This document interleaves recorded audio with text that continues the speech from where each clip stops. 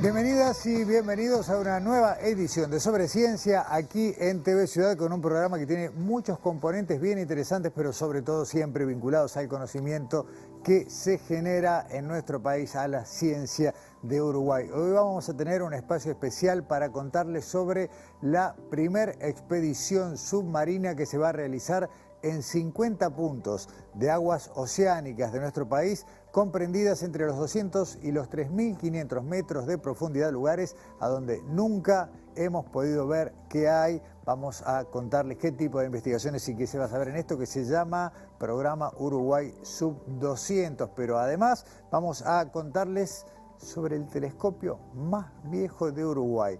¿A dónde está? ¿Funciona aún? ¿Para qué sirvió? ¿Cuál es su historia? Vamos a hablar de eso y también vamos a tener un espacio para una investigación científica que nos va a mostrar los resultados en cuanto al impacto en la biología, en los ecosistemas urbanos, de la transición de iluminación tradicional a la iluminación LED aquí en la ciudad de Montevideo. Todo eso, pero también mucha más ciencia, porque arrancamos, como siempre, con el salpicón de las principales noticias científicas de esta semana.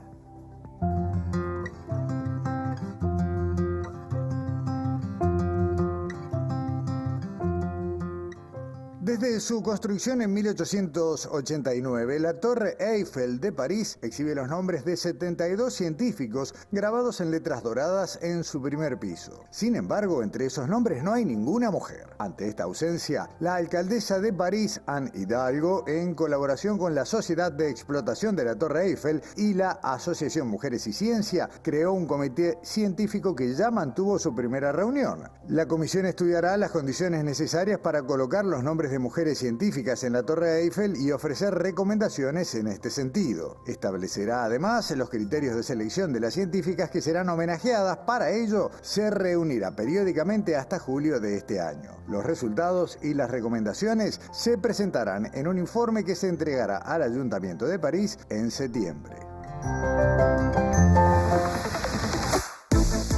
Ceibal anunció que recolecta casi el 90% de los desechos electrónicos que genera, según el primer reporte sobre sostenibilidad del organismo. El documento señala que el 88% de los desechos electrónicos recolectados son reutilizados. El aluminio y el cobre se reciclan en alambre, las plaquetas se destinan para su reutilización en Bélgica, el hierro se transforma en varillas que se utilizan para viviendas en Uruguay y el plástico va a Malasia. Si bien los dispositivos de Ceibal representan menos del 1% de los aparatos eléctricos y electrónicos que se importan en Uruguay, las prácticas de Ceibal para recuperarlos representan el 14% de los residuos de ese tipo que se procesan formalmente en el país.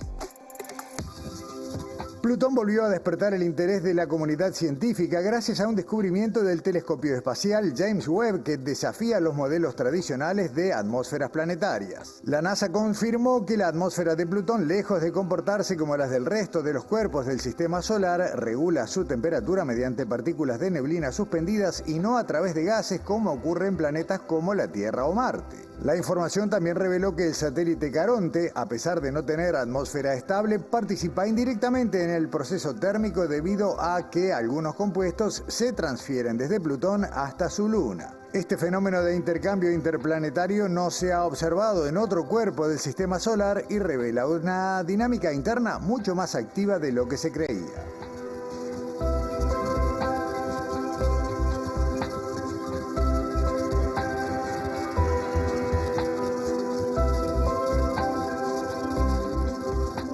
Que tengamos espacios como este desde hace un tiempo en los medios de Uruguay y que nos permiten saber cómo se hace la ciencia en este país no quiere decir que no se haga ciencia desde hace mucho tiempo. Cuando digo mucho, puedo estar hablando incluso de más de 100 años atrás.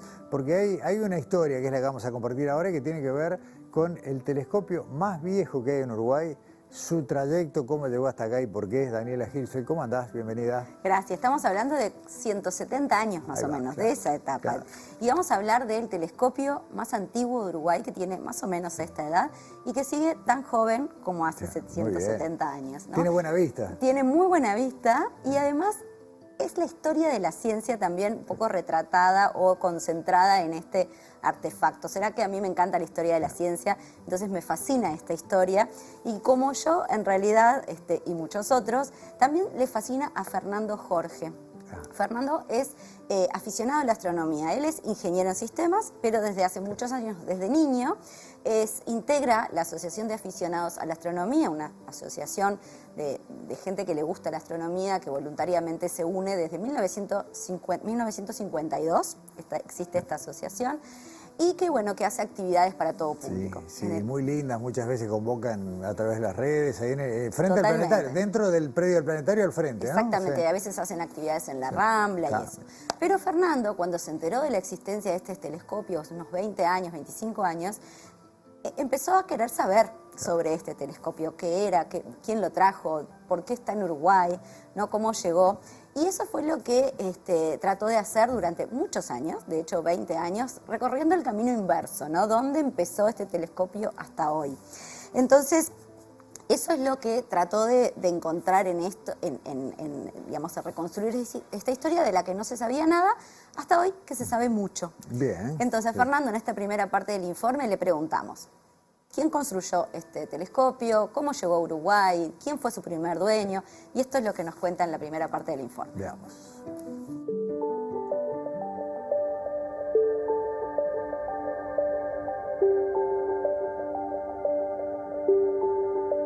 Este telescopio es un telescopio fabricado por Henry Fitts, que fue el principal fabricante de telescopios de Estados Unidos a mitad del siglo XIX. Este en particular se fabricó en 1854 y llegó al Uruguay unos años después, en 1859. Lo trajo el cónsul inglés William Leadsom, quien estuvo acá en nuestro país 10 años, entre 1859 y 1869. El telescopio está ubicado cerca de la Plaza Matriz, a una cuadra, y el dueño, que era el cónsul inglés, invitaba a personalidades de la época a mirar por el telescopio, bueno, y conocer el cielo. Montevideo en esa época era una ciudad de 50.000 personas cuando el telescopio llegó, y traer algo de estas características, que es un telescopio con un lente de 23 centímetros, 3 metros de largo, era una pieza de tecnología muy avanzada. Lo que se sabía era que se había obtenido por donación del Ateneo. A partir del año 2000 llevó 20 años investigar la historia y lograr reconectar y saber quién era que lo había traído, quién era que lo había fabricado y sus fechas. Al respecto de eso fue muy importante haber podido golpear la puerta en montones de registros históricos, instituciones de Estados Unidos, de Inglaterra, de Sudamérica, para ir juntando las piezas del puzzle y haber encontrado cómo este inglés, el cónsul inglés, cuando se retira de Uruguay, hay un grupo de notables uruguayos, entre los que está Mario Isola, que hizo la primera iluminación de Montevideo a gas, otros químicos de la época, botánicos, que decidieron comprar el telescopio porque consideraron que, si bien ellos no eran astrónomos, era muy bueno que quedara para el futuro del país un telescopio de estas características y este porte. Ahí es importante destacar que, por ejemplo, en esa época todavía no se había fundado el observatorio del Colegio Pío, el observatorio de Montevideo se fundó en 1924, en Argentina, en Córdoba, en Chile, recién estaban fundándose primeros observatorios con telescopios más pequeños que este. O sea que este bien podía haber sido el inicio del primer observatorio del Uruguay.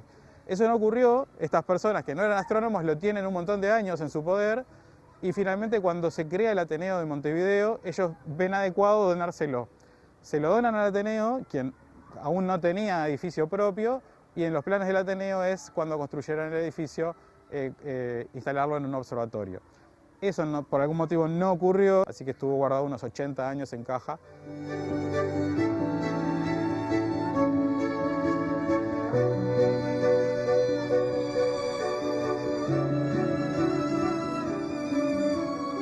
Me quedé con este final, Daniela, qué crimen, 80 años guardado en una caja, un telescopio que, por lo que se decía, por lo que decía Jorge, perfectamente podía haber sido la base para cualquier observatorio astronómico de la época. Exactamente, y algunos otros detalles que me contó Fernando que no están en este tape, pero que son súper interesantes en la historia.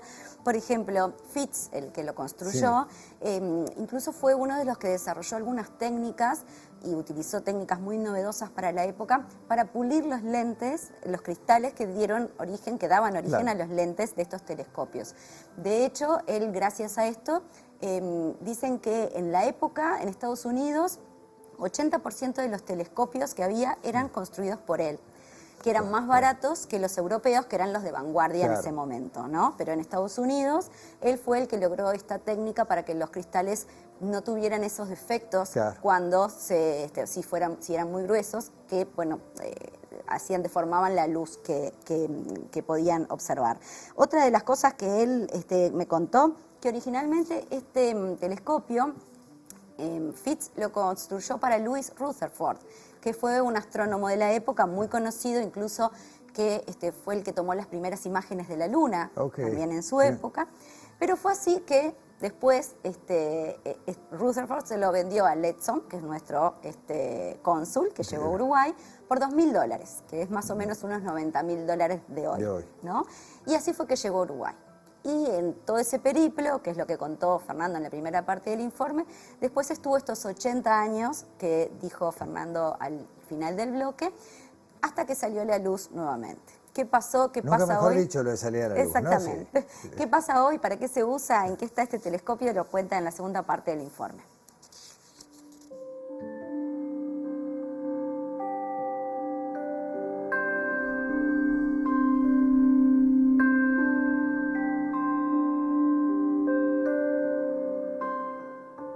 Este telescopio llegó a la Asociación de Aficionados a la Astronomía en 1965. La asociación se enteró que en el Observatorio de Montevideo, ubicado en el edificio del IABA, había un telescopio que estaba ahí guardado en una caja desde hacía más de 20 años, que nadie usaba y que a su vez pertenecía al Ateneo de Montevideo. La asociación se comunicó con el Ateneo de Montevideo, quien prácticamente desconocía eso que tenían, y se lo cede a la asociación con la condición de que lo pusieran en condiciones y en uso. La asociación lo tomó, lo limpió, lo puso en condiciones y se encontró con que el telescopio estaba bien, estaba usable, y durante muchos años, hasta 1988, el telescopio se manejaba en su trípode. En el año 88 se logra, en lo que está detrás mío, que originalmente era un tanque de agua del planetario, que antes de que lo derrumbaran la asociación lo pidió para usarlo de observatorio. Llevó muchos años, un proceso muy largo, porque todo el trabajo de la asociación lo hacen voluntarios. Y bueno, con la colaboración de mucha gente se transformó el tanque de agua en observatorio, con su cúpula, con todo, y se colocó el telescopio allí, desde donde, bueno, hace todos estos años que se usa.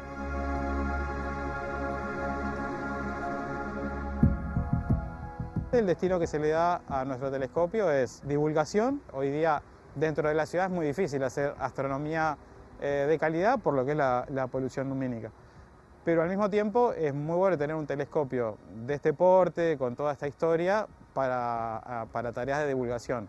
Está abierto para los socios, para el público en general. Una de las cosas importantes de la óptica es que la óptica no vence, ¿tá? O sea, bien cuidado el cristal, se ve igual que como miraba el inglés y el fabricante hace 170 años. Ahora bien, hoy día los telescopios se fabrican más que nada con espejos y la imagen ya por electrónica se va componiendo y se obtienen resultados mayores que con los telescopios como este refractor, que tiene un único lente en el objetivo y un lente por donde mira la persona. De todas formas, la calidad es excelente y para lo que es divulgación y el fin que tiene la Asociación de Aficionados a la Astronomía, que es la divulgación de la astronomía en la ciudad, es perfecto.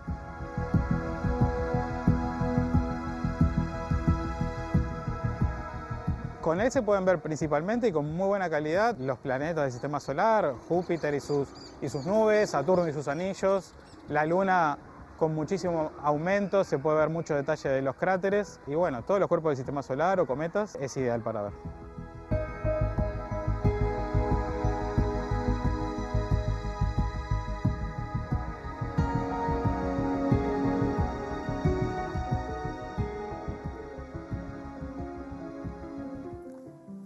herramienta privilegiada para un uso aficionado. Recordemos que esto era lo más avanzado de su época, ¿no? Es así, es así. De hecho, Fernando me decía, cuando hacíamos la nota, me decía, en aquel momento era como si hoy trajéramos un acelerador de partículas a Uruguay, ¿no? Era realmente una pieza de tecnología hiper avanzada. Y de hecho, Leadsom le gustaba compartir. Él era aficionado a la astronomía, era geólogo, era naturalista. Formaba parte de asociaciones científicas del mundo, cuando acá todavía obviamente no había ni siquiera una comunidad científica. Había personas que trabajaban en algún campo, pero no como agrupación, ¿no? Entonces Leadsom le gustaba invitar a gente, sobre todo de la alta sociedad y gente así, digamos, cercana a la ciencia, a su casa a ver este telescopio. Algo que podría ser muy glamoroso para el momento si pensamos que en ese momento sucedían cosas en Uruguay muy tumultuosas. Estaba el golpe de Estado de Venancio Flores, el sitio de Paysandú, la guerra de la Triple Alianza, mientras ellos miraban las estrellas también como parte de la actividad científica de divulgación de la época, ¿no? Este es el recorrido que ha hecho el telescopio hoy. Escuchar a Fernando estos datos que dio en el informe, más muchas otras anécdotas más. De hecho, hace poquito dio una charla en el Observatorio del IABA, en el Museo de Ciencia del IABA, que vale la pena buscarla en YouTube porque, bueno, ahí cuenta muchísimas cosas más. Y que sepan que este observatorio, este telescopio está activo allí en el Planetario de Montevideo, donde se puede ir cuando la Asociación de Aficionados haga actividades. Que se veía la dirección, ¿no? La página web aaa.org.ui. Sí. Así que está bien. Bueno, Dani, muchas gracias. Hasta la semana que viene. Y vamos yendo rumbo a la primera pausa, pensando, ¿no? Escuchábamos a Fernando Jorge hablar de la polución lumínica de la ciudad y cómo esta complica la observación astronómica. Bueno, con eso volveremos después de la pausa. La polución lumínica, eventuales métodos para reducirla y su impacto en la biodiversidad de nuestra ciudad.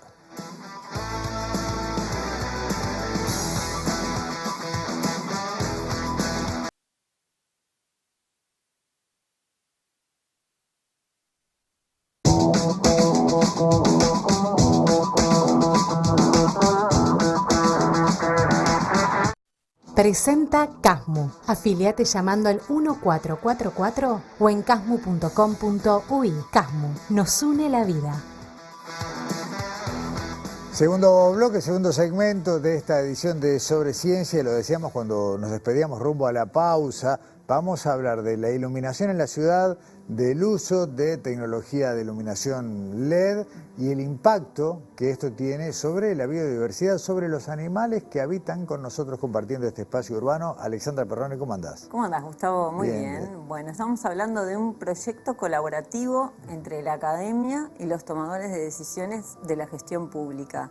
Esto que hablamos siempre y de la importancia de que la ciencia acompañe procesos de la vida cotidiana, Sí, ¿no? y de que quienes toman decisiones hablen también con quienes saben, ¿no? Sí, bueno, este proyecto que se llama EILAN, que es evaluación del impacto de la luz artificial en la noche, así es el nombre del proyecto, surgió en el año 2021 y se comenzó a implementar en el 2022. Y bueno, se trató de esto, como decía, este proyecto colaborativo entre la academia, varias instituciones, se hizo acuerdos con varias instituciones, con la Facultad de Ciencias, con el Instituto de Investigaciones Biológicas Clemente Estable, con el CURE de Rocha, y esto todo con la Unidad Técnica de Alumbrado Público de la Intendencia de Montevideo. Perfecto. Nosotros hablamos con Andrés Olivera, que él es biólogo especializado justamente en políticas públicas, que nos va a contar en esta primera parte del informe, él es coordinador general de este proyecto, cómo surgió este proyecto y en qué consiste.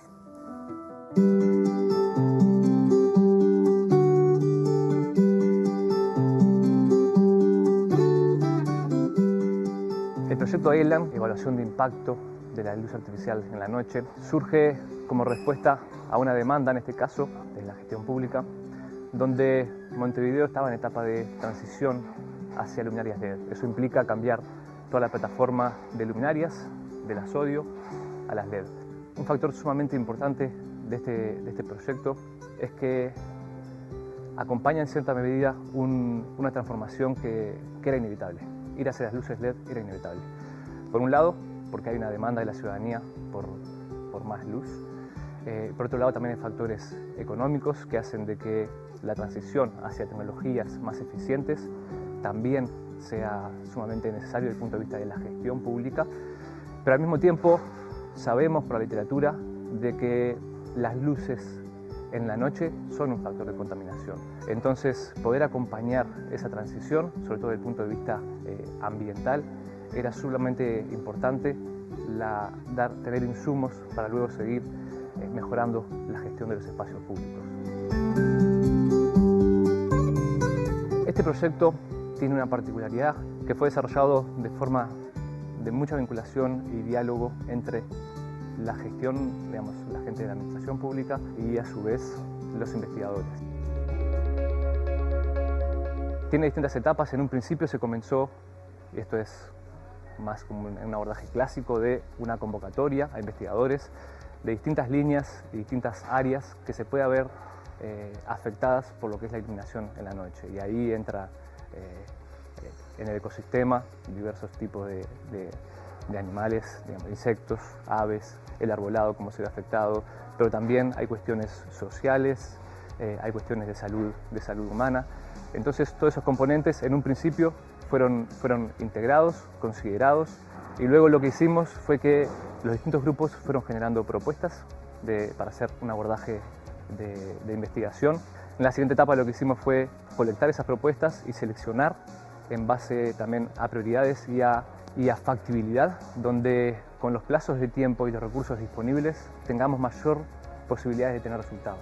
Y ahí fue que derivamos en dos ejes principales y específicamente en el componente ambiental, en la parte biológica, evaluando el impacto sobre el arbolado, evaluando el impacto sobre aves y evaluando el impacto sobre insectos, y luego el componente más asociado a lo astronómico, y es cómo se ve afectado el cielo oscuro. Eso quiere decir la posibilidad de ver las estrellas, cómo la cantidad de luz o los distintos tipos de luz afectan la posibilidad de ver las estrellas.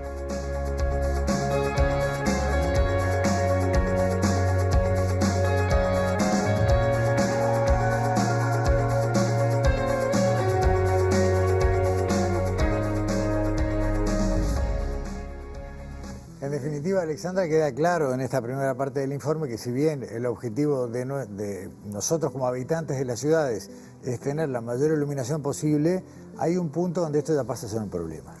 Claro, este proyecto, que la verdad que participaron muchísimos científicos, muchísimas instituciones en convenio con la Intendencia, justamente lo que busca es además recabar datos de Claro. con qué biodiversidad estamos conviviendo, con qué animales. Y bueno, ellos lo que hicieron fue estudiar determinadas zonas de Montevideo en presencia de insectos, de aves y también la parte del arbolado. Y en otras diferentes, en otras partes, en el eje astronómico, justamente estudiar esto que hablaba él de la posibilidad de ver las estrellas. Y para ello hablamos con Andrea Sosa, que ella es responsable del Observatorio Astronómico del Cure en Rocha y también del eje de lo que vendría a ser la parte astronómica de este proyecto, a la que nos cuenta también en la siguiente parte del informe este concepto de ciudad iluminada y a su vez la posibilidad de ver las estrellas en el cielo.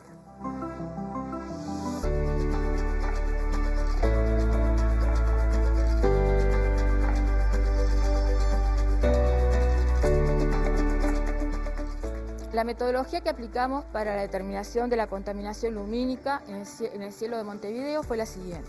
Instalamos sensores de este tipo, que se conoce como fotómetros de cielo, las siglas en inglés Sky Quality Meter, que es un instrumento que se utiliza tanto profesionalmente como por educadores, etcétera, porque es muy fácil de utilizar y está recomendado por la organización internacional, la ONG Dark Sky, que es un referente en el tema.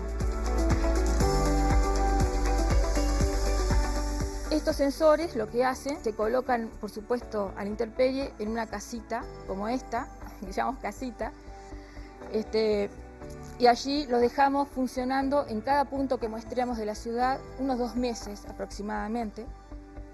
Es la autonomía que tienen, funciona a base de baterías, y los datos son almacenados en una memoria interna que después uno lo descarga a su computadora. O sea, tienen la ventaja de que son autónomos y no necesitaban una instalación de internet ni eléctrica. Lo dejábamos 2 meses en un lugar y después los rotábamos, disponíamos de unas 5 unidades, una la dejamos fija en el lugar de control para relevar distintos municipios de la ciudad. Esto lo que hace, acá tiene un sensor, que uno lo coloca verticalmente, lo más alto posible para que esté libre de obstrucciones y que no haya ni luz ni sombra proyectándose en el sensor, y de esa forma registra lo que llamamos el brillo del cielo nocturno. O sea, el objetivo del estudio es lograr que las ciudades, las localidades, tanto a nivel público como lo que es particular, cumplan con 5 principios muy básicos y sencillos de implementar para iluminar correctamente sin que se desperdicie luz hacia arriba, hacia donde no es deseada.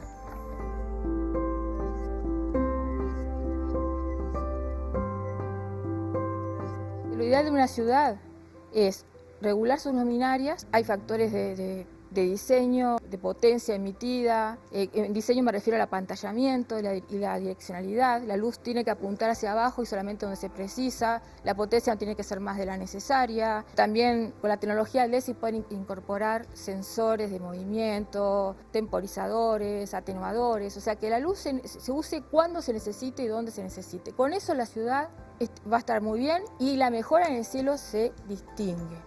Cuando uno mira una imagen satelital de la Tierra y ve, por ejemplo, lo más contaminado, no sé, la Europa occidental, la costa este de Estados Unidos, bueno, acá en Sudamérica, Buenos Aires, Río de Janeiro, en fin, y Montevideo también, poco menos, se da cuenta de la cantidad de energía que se está desperdiciando. Eso tiene un costo que hoy en día, que estamos muy mentalizados con el tema de la traza de carbono y eso, también tiene que ver con una cuestión de eficiencia energética. Más allá de que, bueno, estamos perdiendo parte de nuestra naturaleza si estamos borrando el cielo. Y no estamos diciendo que no hay que iluminar, estamos diciendo simplemente que hay que iluminar mejor.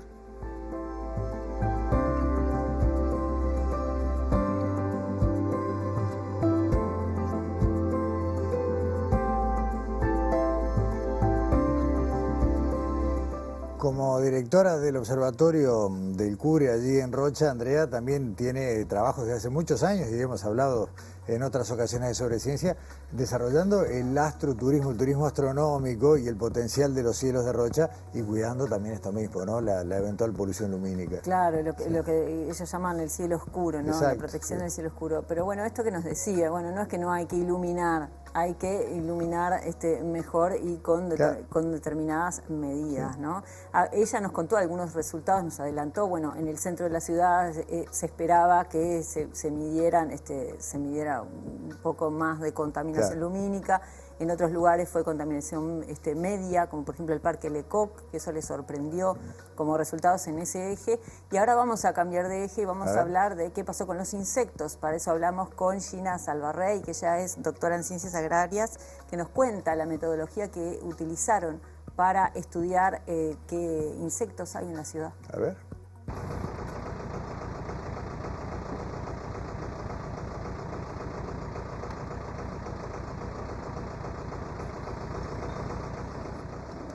Para estudiar el impacto que tienen las luces en las comunidades de insectos, utilizamos 2 tipos de metodología. Por un lado, utilizamos trampas de pegamento que fueron directamente puestas para colectar insectos que tuvieran actividad nocturna. Y por otro lado, utilizamos trampas de color que consisten en platos que tienen un líquido para atrapar insectos que tienen actividad diurna. Elegimos diferentes lugares en la ciudad, en el municipio C, CH, D y E, y lo que hicimos fue elegir columnas que tuvieran presentes las luces de tipo LED y luces de tipo sodio en las mismas zonas. En este caso tuvimos una coordinación con la Intendencia para elegir específicamente los lugares que cumplieran las características que queríamos evaluar. Propusimos en una primera instancia evaluar aquellas especies y el control biológico, controlar algunas especies que puedan llegar a ser plagas. Para eso pusimos específicamente el foco en grupos de himenópteros, que incluye a todas las abejas, hormigas y avispas, también en dípteros, que son las moscas. Evaluamos también los lepidópteros, que incluyen las mariposas y las polillas, y coleópteros, que dentro de ese grupo están los escarabajos, los cascarudos y todo ese tipo de insectos.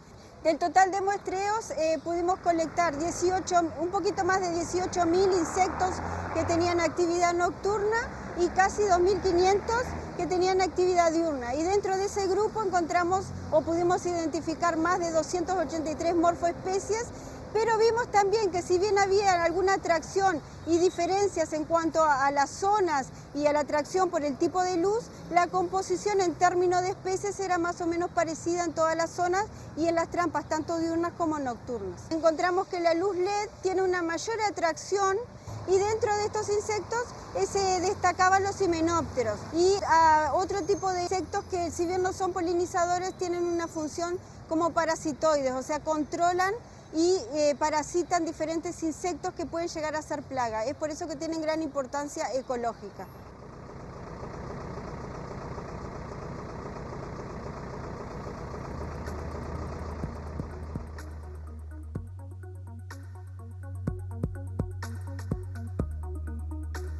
Las cifras son muy altas, ¿no, Alexandra? Y además me llamó la atención eso de que la luz LED sería más atractiva para los insectos que la luz convencional. En este caso sí, y es importante también este caudal de información que arroja este proyecto, ¿no? Y bueno, también nos contaba Gina que se sorprendieron por encontrar los que se llaman tisanópteros, que son unos insectos muy chiquititos que los llaman trips, que también ellos se sorprendieron porque no sabían que convivían con nosotros en la ciudad. Pero vamos a seguir hablando de ahora del eje aves, qué pasa con las aves, y para eso hablamos con Lourdes Silveira, que también nos cuenta cómo fue esta metodología para hacer observación de aves y ver cómo las afecta, si las afecta o no, este cambio de luminaria.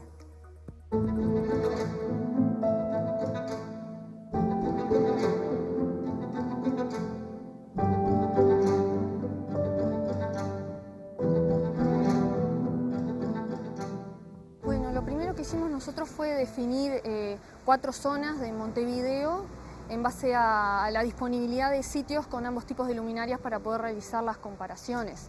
Las zonas que seleccionamos fueron Centro Cordón, Nuevo Centro, Unión y Malvin Punta Gorda. Lo que hicimos fue definir 10 puntos en cada una de esas zonas que fueran la mitad puntos LED y la mitad de sodio para poder realizar comparaciones. En cada uno de esos puntos lo que nosotros hacíamos era ir 2 observadores y registrar todas las especies de aves y la cantidad de individuos de cada especie que registrábamos de forma visual, utilizando binoculares, y también de forma auditiva a través del reconocimiento de los cantos de las especies. Cada punto se muestreó durante 10 minutos. Cada punto fue muestreado 4 veces en el año, una por cada estación del año para poder abarcar la variabilidad estacional en la composición de las comunidades de aves, que está dada por la presencia o ausencia de especies migratorias principalmente. Bueno, nosotros en total, considerando las 4 zonas, registramos 44 especies de aves, de las cuales 7 son especies migratorias y 4 son especies exóticas. La especie que fue más abundante en las 4 zonas fue el gorrión, que es una especie exótica. Otras especies que también fueron muy abundantes fueron la paloma doméstica, que es otra especie exótica, muy común en las ciudades también, y la paloma de monte y la cotorra, que son especies nativas. Y después, en cuanto a las zonas, la zona Centro Cordón fue donde se registró la menor riqueza de aves, que se registraron unas 20 especies. En Nuevo Centro y Unión se registró una riqueza intermedia, fueron unas 30 especies de aves. Y Malvin Punta Gorda fue la zona donde se registró la mayor riqueza de aves, con 38 especies.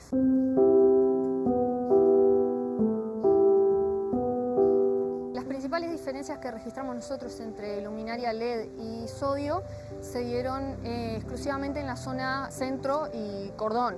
Allí la luz LED tuvo un efecto positivo sobre la riqueza y la diversidad de aves, es decir, registramos mayor número de especies en puntos con luminaria LED que con luminaria sodio en esta zona.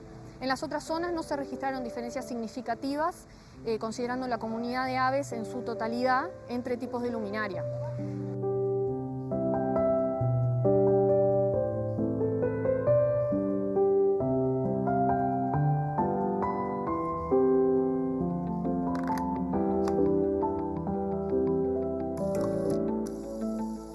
No hablemos de 38, soy incapaz de nombrar 20 especies de aves que convivan entre nosotros en Montevideo, Bueno, y sin embargo las hay. Sí, y Lourdes nos contaba que encontraron al cardenal copete rojo, que es una especie que se considera prioritaria para la conservación, y que la encontraron en Malvín. Así que bueno, estos datos ricos que hacen también a este estudio, más allá de ver cómo afecta a las poblaciones de animales los diferentes tipos de luz, ¿no? Y ahora, bueno, vamos a escuchar lo que nos decía Andrés Olivera como resumen, digamos, de las conclusiones de este proyecto que abarcó a tantos investigadores, y también la importancia de estas alianzas para la gestión pública. Muy bien.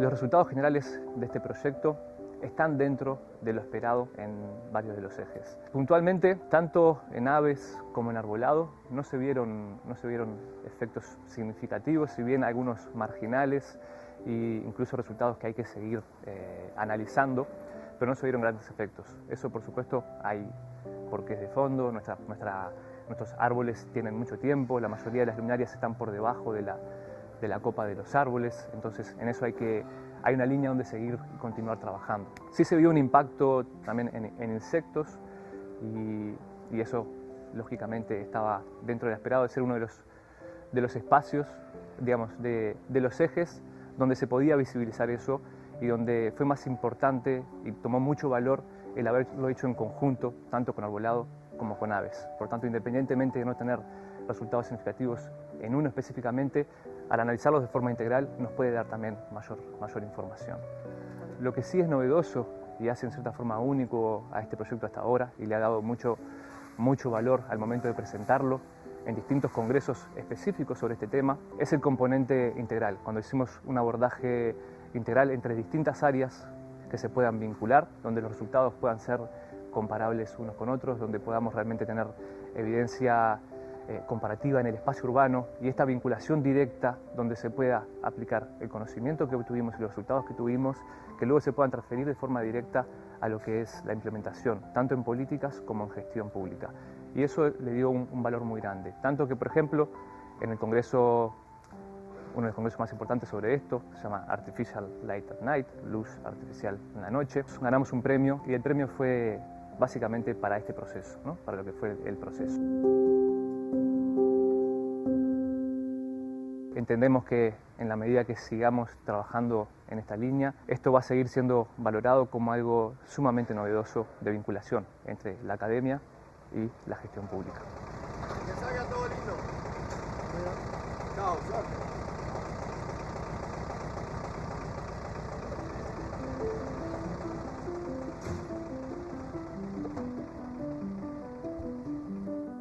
A pesar de todo este gran volumen de datos, Alexandra, quedó claro que hay mucho más por construir, mucho más conocimiento por construir a partir de todo esto. Y mucho más para trabajar Sí. con todos estos datos, ¿no? Justamente en lo que son marcos regulatorios, y también, como decía Andrés, o sea, el poder aprender de esta unión y de este trabajo colaborativo. Alexandra, muchas gracias por un informe realmente iluminador. Hasta la semana que viene. Hasta la semana que viene. Pausa sobre ciencia, ya volvemos.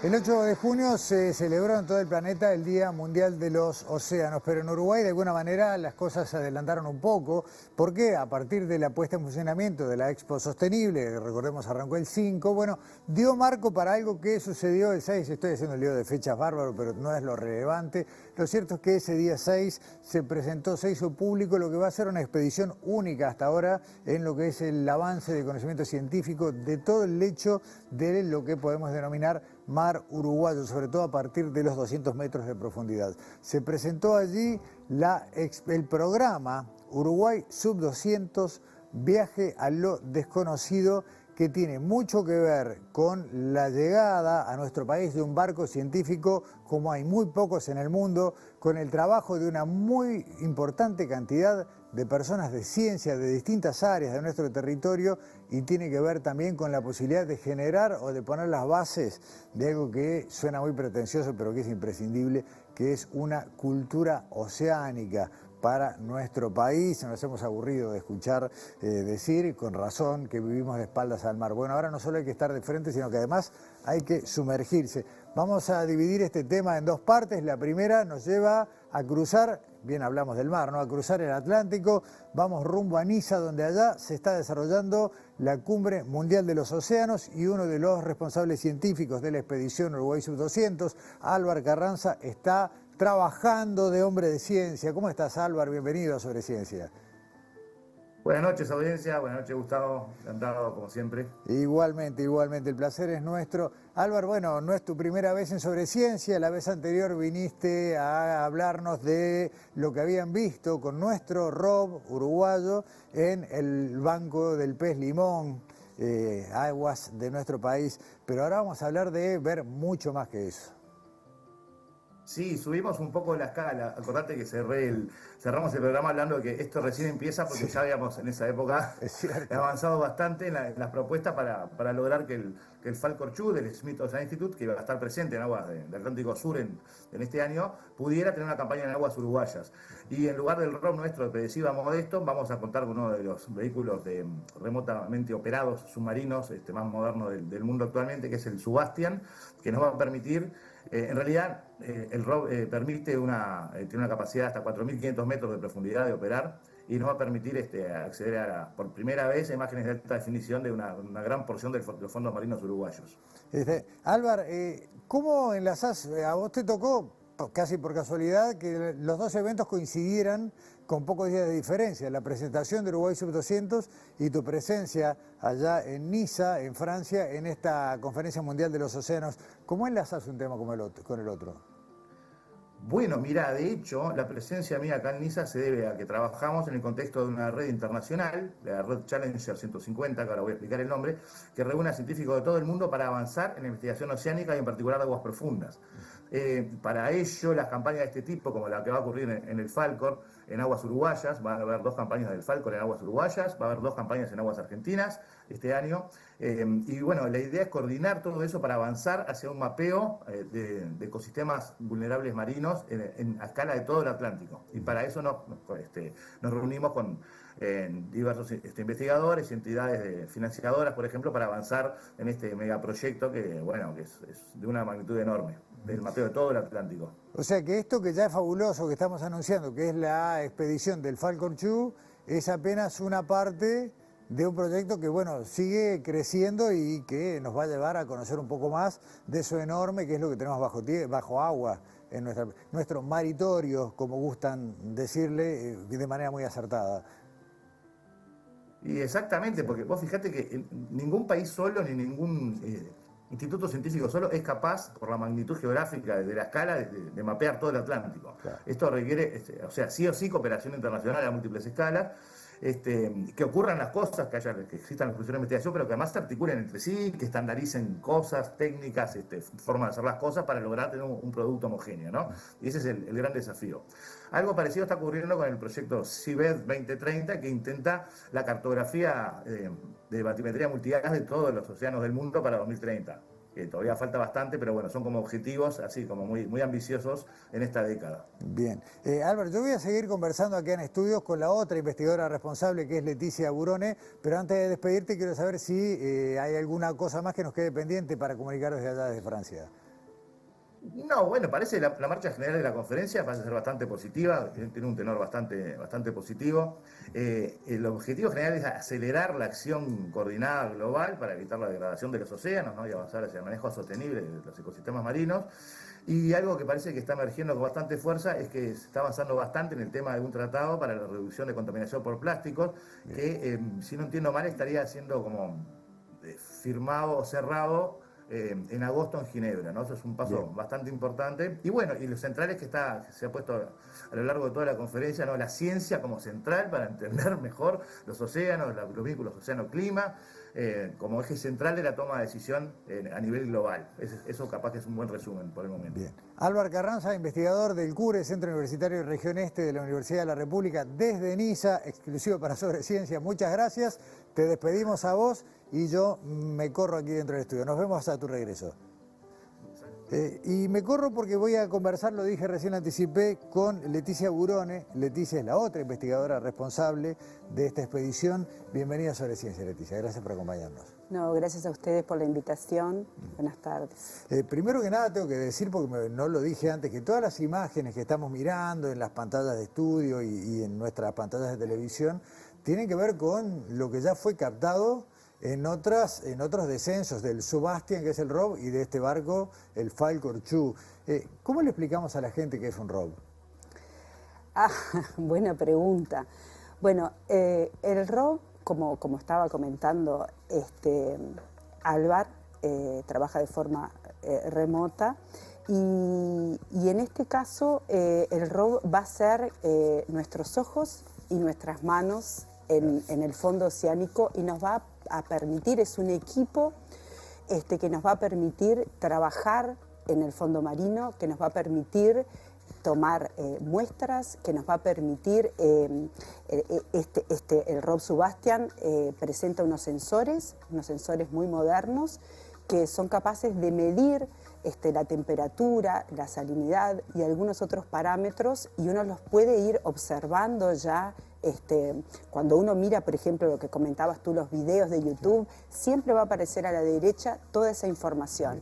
Y además, con sus brazos, digamos, que puede hacer una serie de movimientos muy complejos, es capaz de obtener lo que nosotros estamos llamando de muestras quirúrgicas, porque las puede obtener con un detalle extraordinario, con muchísimo cuidado. Y, obviamente, puede, digamos, cargar material, las muestras. Por ejemplo, estoy observando ahí el video que están pasando, donde se ven una especie de cilindritos que son los que el ROV utiliza para sacar muestras del fondo, muestras de sedimento, y tiene una capacidad de subir con 16 cilindros, además de que va a estar filmando todo el tiempo con una resolución 4K. Espectacular. Espectacular. La calidad de las imágenes es brillante. Es como estar mirando una pecera, ¿no? Pero a simple vista, ¿no? Es de locos. Impresionante. Leticia, hablaste de ¿cuántos tuviste? ¿16? ¿14? 16. A ver, esto no se va a hacer, no siempre van a venir 16 muestras, pero si todo sale bien o excelente, el Sebastian bajaría 50 veces, a 50 puntos distintos de lo que son, bueno, el lecho marino de nuestro país de 200 metros para abajo. Exacto. Si todo sale bien y viene con 16 tubos cada vuelta, estamos hablando de solamente de subsuelo, de lecho y suelo, de 800 muestras. Solamente de eso. O sea, la cantidad de material con la que ustedes van a volver a la costa es para varias generaciones. Exactamente. Esto abre una puerta, digamos, una puertita hacia esa inmensidad azul, digamos, y le va a dar la posibilidad a muchísima gente, creo que por primera vez, por eso esto es un hito para el Uruguay, de poder trabajar con ese material durante décadas. Y ojalá salgan, y creo que sí, eso va a ocurrir, muchas tesis y trabajos de doctorado, de maestría, de licenciatura, y creo que es como, esto va a incentivar mucho también a los estudiantes. El barco, el Falcor 2, tiene capacidad simultáneamente para 25 científicos a bordo. Sí. Y ustedes decidieron que sean más, porque los uruguayos gustamos de hacer estas cosas, entonces dividieron en dos la misión. Exacto. Nosotros vamos a trabajar entonces en esa franja, como tú decías, entre los 200 metros de profundidad y los 3.500, 3.600, y esa franja va desde el límite norte con Brasil al límite sur con Argentina. Entonces, la expedición va a estar dividida, digamos, en dos etapas, y cuando lleguemos a la mitad esperamos hacer un recambio de parte de la tripulación científica con auxilio del helicóptero de la Armada, porque el Falcor tiene un helipuerto, Y en total vamos a embarcar 36 científicos. Y esto tuvo como objetivo que pudiera participar el mayor número de investigadores uruguayos. Hasta acá, a ver, simplemente quiero decir esto, estoy tomando apuntes que levanté cuando diste la presentación en la Expo Sostenible. El equipo tendrá biólogos marinos, oceanógrafos físicos, oceanógrafos geológicos y geofísicos, arqueólogos submarinos, microbiólogos y genetistas y técnicos en robótica y sensores marinos. Es totalmente transdisciplinario e interdisciplinario. Exactamente. Bien.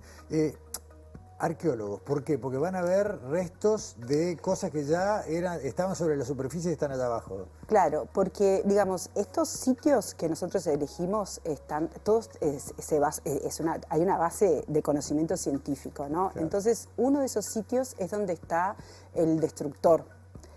Donde está el destructor, que era un barco de la Armada, y que quiero corregir, que en realidad fue hundido en 1990, ya en la presentación dije 1958. Entonces, como este barco posee sensores, sondas, capaces de leer el fondo, esperamos encontrar el destructor. Bien. Estamos mirando en este momento en las pantallas de estudio las imágenes de nuestro ROV, de PEDESIVA Geociencias, que en el verano del 24 fue a otro lugar que nunca habíamos visto, allí al Banco del Pez Limón, mucho más cerca, mucho menos profundo, mucho más somero, pero que también ya nos empezó a dar este gustito, ¿no? Por empezar a mirar donde antes no habíamos puesto el ojo. Y esas imágenes ya fueron un montonazo. Exacto. Sí. Ahí vimos corales blandos, vimos poblaciones de pez limón que tengo entendido que eran mucho más numerosos de lo que ustedes suponían previamente. ¿Se está trabajando con eso? Yo no estoy involucrada en esa parte, grupo, bien. Porque me dedico mucho más a mar profundo, pero creemos que ahora también vamos a obtener además, van a aparecer un montón de especies desconocidas, especies nuevas, y bueno, y todo eso abre también, ¿no? Un mundo impresionante. Y bueno, y creo que estas cosas es como que alguien decía, ay, ¿será que va a aparecer el Jacques Cousteau para el Uruguay? ¿No? Porque bueno, nuestra generación se inspiró. Van 30 y pico de Jacques Cousteau arriba del barco. Bueno, algo así, que creo que la mayoría crecimos con Cousteau. Sí, está bien. Leticia, mientras te doy el regalo de Ística Objetos por acompañarnos en Sobreciencia, que tiene que ver con esta serie de objetos que conmemoran nuestros 5 años al aire en TV Ciudad, te quiero hacer 2 preguntas más. Una sobre la dimensión educativa y de esto que hablamos al arranque de la generación de la cultura oceánica. O sea, no solo que cada uno va a poder entrar en su computadora en su casa y ver la emisión en vivo del Subastian, sino que ustedes hablaron y mucho con la gente de Ceibal para aprovechar esto. Sí, estamos trabajando muchísimo con Ceibal porque bueno, ellos tienen realmente la logística y porque uno de nuestros objetivos de todo el grupo es que esto llegue a todos los niños del Uruguay, no importa si están en Maldonado, si están en Artigas o en 33, pero que esto llegue, que es como que democratizar un poco la ciencia, en este caso la oceanografía, y bueno, y acceder a imágenes que nosotros crecimos viendo, imágenes de otros países, de otros lugares, pero nunca de nuestro Uruguay, de nuestro margen. Entonces creo que esto es como que se abre una puerta hacia eso. Y después, a modo de muestra de todas las cosas que se van a ver por primera vez. A ver, primero un comentario de cosas, todo se va a ver por primera vez. Hay algunos lugares donde tenemos algunas muestras extraídas que van a servir para comparar. Pero ustedes hacían mucho énfasis en los cañones. Sí. ¿Cuántos? ¿5, 6? 6 cañones que no tenemos ninguno similar en superficie en el Uruguay continental. Excelente, excelente. Sí, nuestros cañones tienen una particularidad, es que ninguno de nuestros cañones submarinos está conectado con el continente. O sea, ninguno tiene conexión con el Río de la Plata como se pensó en algún momento. Son todos cañones que tienen su génesis, o sea, que crecen a partir del quiebre de la plataforma, cuando cambiamos la pendiente.